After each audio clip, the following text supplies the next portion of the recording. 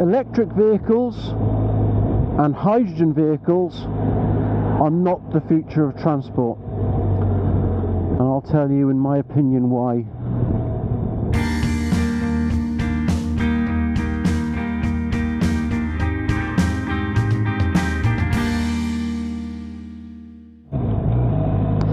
So we're currently pushing for electric vehicles to be the future of transport around the world. It's been extended now on the sale of petrol and diesel vehicles until I think 2035 in the UK, for the right reason. I think the infrastructure for electric vehicles isn't there. But the biggest problem we have is not to do with the infrastructure, although that is a major concern. The biggest problem we have is that we're mining lithium to make these batteries at an alarming rate. We're actually doing more mining to create that than we are to dig for, basically retrieve the oil that we need to make fuel. That is causing more damage with the lithium mines. Now some people say, well yeah, we'll soon develop new batteries that will use a different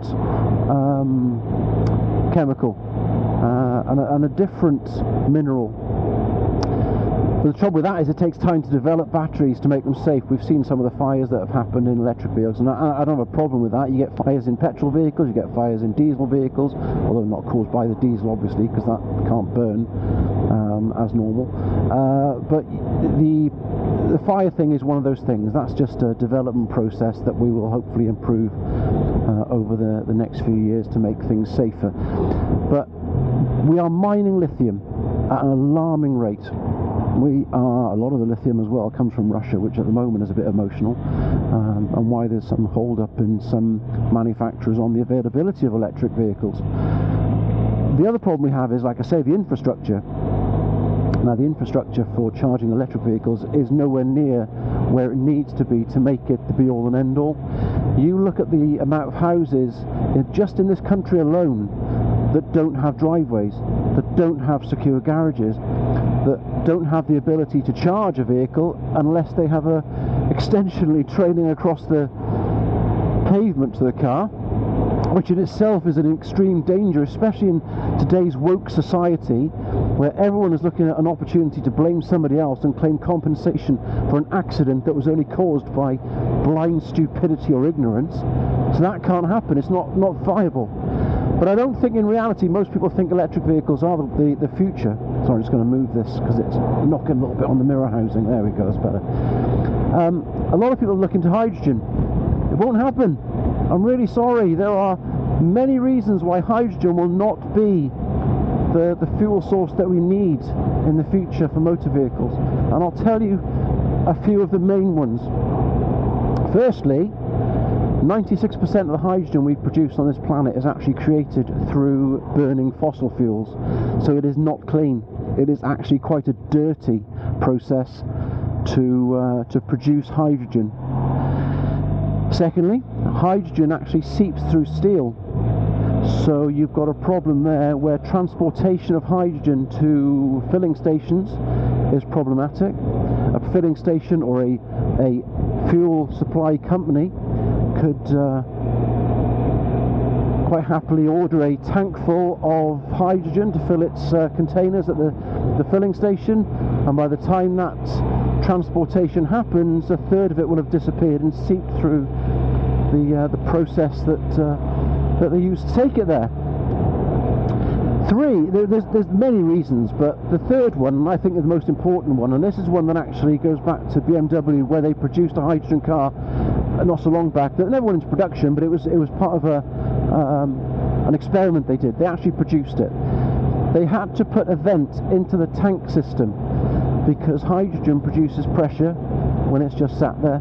So by putting the vent in, it created a safe vent of the pressure, rather than, you know, a problematic where the tank is unable to hold that liquid, or not liquid, sorry, the gas, hydrogen gas inside it, and it doesn't become unsafe. Here's the problem with that. If you have a garage and you store your car in a garage and you store a hydrogen car in your garage, when you open that garage the next morning and you flick the light switch, guess what's going to happen? Yeah, obviously, a massive explosion. You're going to lose your neighbourhood, and no matter how much you think that's acceptable in some areas, it isn't good. People will die. So that's I think the major contributing factor on why we won't have hydrogen vehicles. Everyone thinks we need to do this because of this climate crisis that we've got. There isn't a climate crisis. There is a climate crisis for us. The locust infestation that is the human race has created its own climate crisis because we're worried about the temperature changes, the climate change that's going to happen in the coming decades and centuries, and how it will affect us. When it actually comes down to it, we're just renters on this planet. The planet will continue to survive. It'll just continue to survive in a different way. The same as, you know, we're worried about species that are on the planet now. Well, this planet has killed off billions of species in the past when it's needed to. The planet will survive. We're only worried about us. We're just being selfish. We're going to go sometime. Just live with it. None of us live forever anyway. So enjoy the time we've got. If in that time it's glorious sunshine in the UK for 9 months of the year, I'm prepared to take the risk. But there is no climate crisis. There is a climate crisis for us. The planet changes on its axis all the time. Think of it as a 24-hour clock. The start of time, the start of this planet, was at 12 midnight.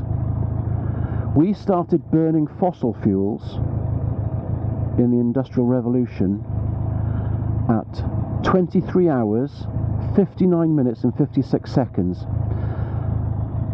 So you're telling me we fucked this planet up in 4 seconds? No, that's a load of rubbish. There's no climate change that we've caused. The mining is a problem because we're going to run out. That's what people are worried about. Nothing to do with the temperatures. It's the mining is the problem, and the drilling, and the using up of resources that we rely on so heavily. So basically, when you bear in mind as well, this planet was having ice ages and hot dry spells and warm humid spells for millennia before we were even on this planet, before Homo sapiens or Massive Erectus or whatever other dysfunction you can talk about. Before they were on 2 legs, this planet was going through hot spells and cold spells and icy spells and wet spells. And they drink the lager drink, they drink the cider drink, and all that good stuff. And that's before we got here. So we haven't killed the planet. What we're doing is worried now because everything that we hold so dear, because of our expectation that the planet is only here for our benefit, is making us worry a little bit. Well, I'm not worried. Things are going to go wrong. We had floods years and years ago. We had floods decades ago. We had floods thousands of years ago.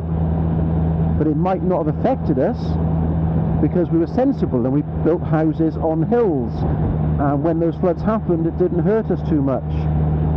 You know, so it's not a case of a climate crisis to save the planet. It's a climate crisis to save the planet for us. And are we worth it? Are we worth the effort? Because let's be fair, we've stripped this planet of everything good. We've destroyed everything pleasant that it gives to us. So just deal with it. Enjoy it while you can. In your 50, 60, 70, 80 years that you've got on this little rock in space. Have fun, live life, pop your clogs. Job done. Take care. Over and out. See you later, guys. Next time.